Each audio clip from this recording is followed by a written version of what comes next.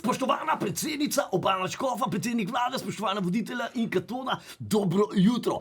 Kdo predstavlja stranko Vesna in kakšni so njihovi cilji na evropskih volitvah? Je res vseeno, koga pošljemo v Bruselj? Je Bruselj novi Beograd ali Beograd novi Bruselj? Kakšne so realne možnosti vplivanja Slovenije na evropsko sceno in kaj za volitve pomeni vojna v Ukrajini? Po Palestini poskušajo razložiti Urška Zgojznik iz stranke Vesna. Ok, Vesna, zdaj zelena stranka, v čem se razlikujete od ostalih? Ok, ampak ne, pazi, to mi je jasno, oziroma, če tako vprašam, ne, zakaj imamo na evropskih volitvah dve zeleni stranki, domači pa imeli samo eno? A to pomeni, da so dejansko zelene politike v Evropi bolj pomembne kot pri nas? A so dejansko, bom rekel, tako Evropejci bolj zavešeni kot Slovenci? Zakaj?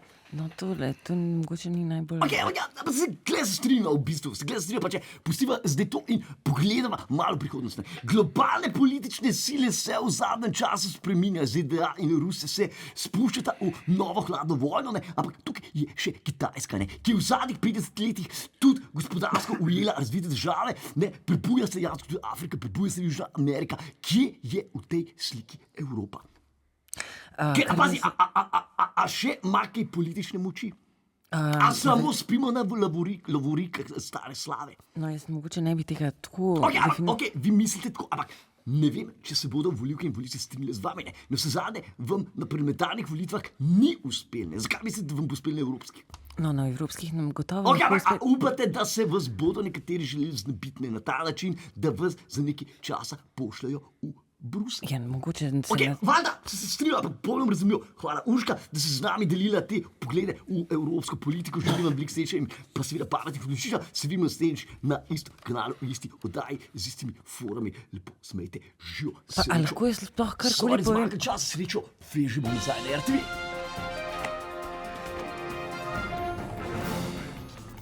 Dober večer. Skače v besedo.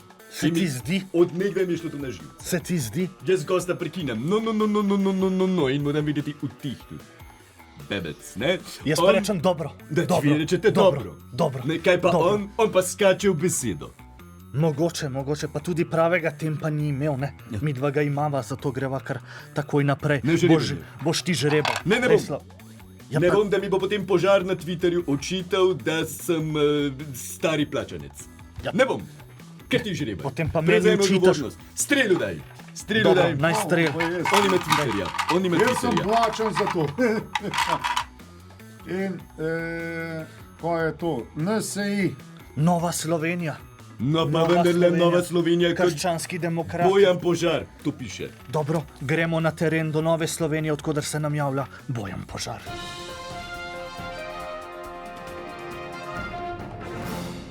Spoštovani gledalci, dobrodošli v oddaji Evropski parlament moči, resnica bližamo našo bolj in zdaj ni vse eno, kaj kdo reče. Najprej z mano gospod Vrtovec, oziroma mi zdaj ravno z režije sporočajo, da gospoda Vrtovca ni, bomo šli naprej, pa z nami Vida Čadonič Špelič, pa če vas gospa Špelič tako zove, oziroma mi zdaj ravno z režije sporočajo, da tudi gospod Špelič ni, če mi pojasnite, kdo si, gospod Tonin, se pravi predsednik stranke, bo kaj pojasnil. Gospod Tonin, če mi zdaj pojasnite, ta vaš nesrečen kamion, kako je zdaj s tem?